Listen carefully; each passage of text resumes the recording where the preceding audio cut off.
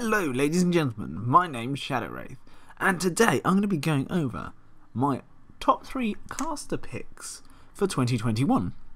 Now this is a revised list. I have done a similar one before, but I'm just doing my top 3 as of recent games that I've been playing.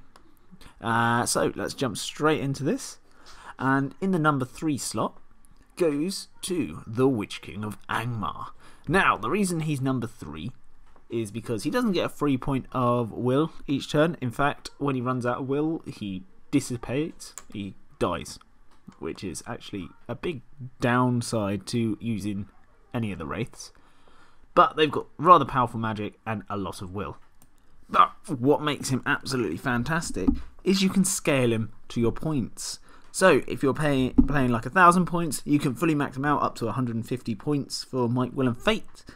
Or you can have them as cheap as 70 points, which is dirt cheap. So, to have the minimum, so dirt cheap, 70 points, you will have no might, 10 will, and no fate. I do not suggest this in any way, shape or form. Always put at least 1 might, 1 fate on him, if not 2 fate, because he's only got the 1 wound. So you want some way of not losing it, and unless you've got another hero of legend, he's probably going to be your leader.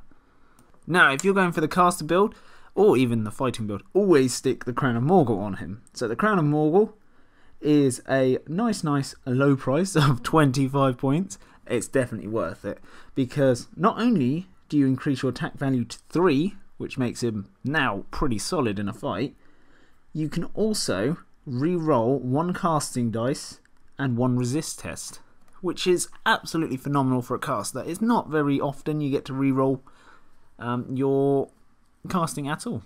I can't think of anyone who can do it. But yeah, the Witch King can. For 25 points plus, he'll get the 3 attacks. Always do that. So if you have him with 1 might, 2 fate, that brings it up to, and the crown, that brings it up to 110 points, which is actually not too bad for 1 might, 2 fate, 10 will, and the Crown of Morgul. Probably worth sticking on a horse for 120 points. And as you play higher points level, so if you get into the 800 bracket, that's when you start sticking might points on him more of, and you can also upgrade him to have like the Morgul Blade, which I don't suggest, but stick him on a Fell Beast and he becomes an absolute monster. I never leave home without at least 1 Wraith of some kind. If I have an option to bring one, I love Wraiths. They're fantastic. And his spells include Drain Courage, which is phenomenal, casting on a 2+ at the range of 12. Transfix on a 3+ at the range of 12, which is awesome to nullify heroes, or trolls, or anything big, eagles, you name it. Compel is 12-inch, 4+, which is actually pretty solid for making banners go away, so you can make them move away, and they don't contribute to the fights in that turn, because they're too far away. Instill Fear, it's not too bad. 3 inches, 4+, that's quite good for grabbing an objective and forcing your opponent to move away from you. Your Staff is Broken, 12 inches, 4+, very thematic spell to have. Destroys a model's Staff of Power, so they don't get the free point of will each turn. Also, when you do it against someone like Gandalf, or Radagast, or even Saruman. Black Dart, it's a classic Wraith spell, 12-inch range, 5+ to cast, does a wound. Well, it does a strength 9 hit or something. So I think it's a bit janky because it's quite hard to get off. And on top of that, you need to roll usually a 3+ to wound on top of that.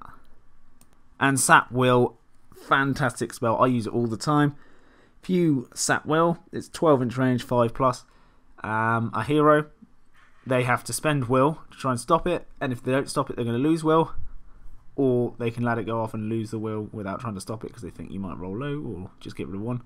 But yeah, once you get rid of a hero's will, so Boromir, if you get rid of all 3 of his will, you can just play with him. He's putty in your hands when you've got a Wraith. You can just transfix him every turn on a 3+, and you can't do anything.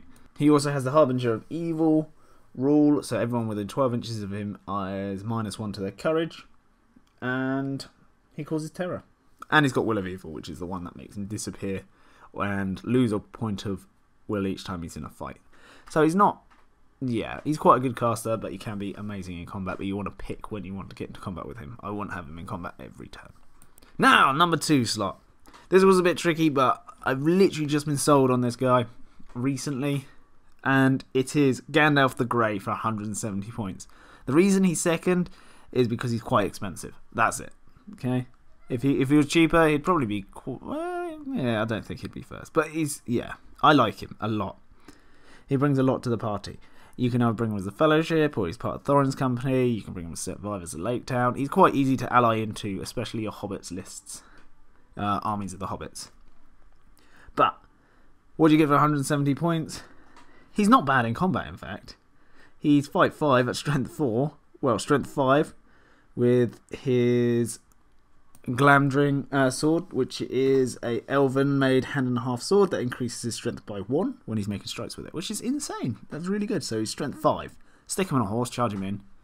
He's only got 1 attack, but you get 2 attacks on the charge. If you win at fight 5, strength 5, you're then knocking them over, dealing 4 hits on them because they're not prone at strength 5, which is nothing to sniff at all. But it's because he is a caster. This is why he's on the list. I will go over his ring, one of his elven ring.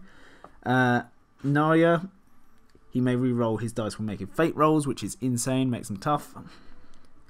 And his spells, he's got Blinding Light, which is why he's on this list. On a 2+, himself and everyone within 6 inches of him can only be ever hit by a ranged attack on a natural roll of a 6. Which is fantastic, because we've got a lot of range lists out there at the moment in the event scene. You got the Ithilien Rangers list, which all basically gain Stalk Unseen, all that crazy stuff, and they can all shoot with their bows. And you can march your army forward and say, hit me on 6s until I get to you. So very, very powerful. He's got Terrifying Aura on a 2+, which is really good, makes him and his mates scary. Immobilize, 12 inches on a 3+, which is awesome, same as Transfixed. Good at anti-hero. He's got Command, 12 inches, 4+. Protection of the Valor, which I love and I think is underrated. He can pick a model within, I think it's base contact of him, and they can't be affected by magical powers and special abilities and things like that. So it's perfect against things like Angmar. So if you've got someone like Thorin, for example, on a Wargo, and you don't want him to get transfixed or anything like that, you could just Protection of the Valor him, and Angmar can't touch him. Then we got Strength and Will, 12 inches, 4+, does what it says, strengthens your will. Collapse Rock, 6 inches, 5+, never used it. You do damage to people if they're near a rocky piece of terrain.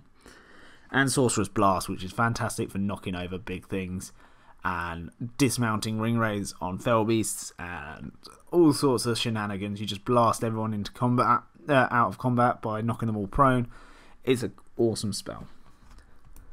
Again, he's a hero of legend though, so I would put him on a horse just in case you pull contested champions up, so he will do some damage in combat, which he can do. If you target down their leader, as long as it's not a Balrog or something, you can transfix their leader or do something to nullify their leader and then keep getting kills with Gandalf.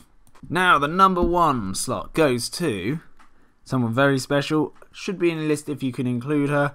She is absolutely phenomenal. Cheap as chips in my opinion for what she can do. It is Galadriel, Lady of Light. So this is from the Army of the Hobbits variant, the White Council. 130 points. Okay. So, and Gandalf gets 6 will as well, and he gets a free 1 each turn because of his Stuff Power. Now, she gets 6 will as well, with a free 1 each turn. She can reroll her fate points. She also gets a free Blinding Light, basically. That is in continuous effect with her Light of Erendil special passive ability. And it does exactly what Blinding Light does. Shooting attacks that are directed against Galadriel or any model within 6 of her will only ever hit on a hit roll of a 6, which is insane. Yeah, that's crazy. She also causes terror because she's scary and she's got a woodland creature. But she's got the Lady of Lothlorien rule, which is how she gets her Stuff Power, 3 point of will each turn. And War Aspect. All enemy models within 6 inches of Galadriel suffer a -1 penalty to their courage. Furthermore, Galadriel, Lady of Light, never counts as being unarmed. Awesome rule. Awesome rule. She's now very, very scary. And against evil lists, they're quite low courage anyway. And having the -1 penalty to their courage on top of that, you're probably looking at like courage 1 orcs and stuff like that. She comes with Fortify Spirit, which is 12 inches, 2+ casting. This is absolutely phenomenal for keeping your heroes anti-magic. So basically you get to roll 2 extra dice when making resist tests, and they do not count as part of your will, so you don't have to spend will for it, which is insane. Absolutely bonkers. Then we've got Banishment, 12 inches, 3+, very good against Wraiths, because it just causes an instant wound to any spirit model, which is phenomenal. It's way better than Black Dart, where you have to roll for it. It's really good. You can one-shot Wraiths quite nicely, as well as other spirits that you can think of. And then we've got Instill Fear, which causes them to take a courage test, everyone within 6 inches of her, or 3 inches, sorry, and if they fail they have to move away, and they get scared. So she's absolutely awesome. Absolutely awesome. Definitely bring her if you have the option to. I do every time I can. But yeah, that rounds up my top 3 picks for casters of 2021. So if you enjoyed the video, do hit the like button. If you think I missed anyone, or you don't agree with me, or you do agree with me, let me know in the comment section down below. That'd be fantastic. And if you're feeling especially saintly today, do consider subscribing. But even if you don't, I still hope you have an absolutely fantastic day, and I'll see you in the next video. Goodbye.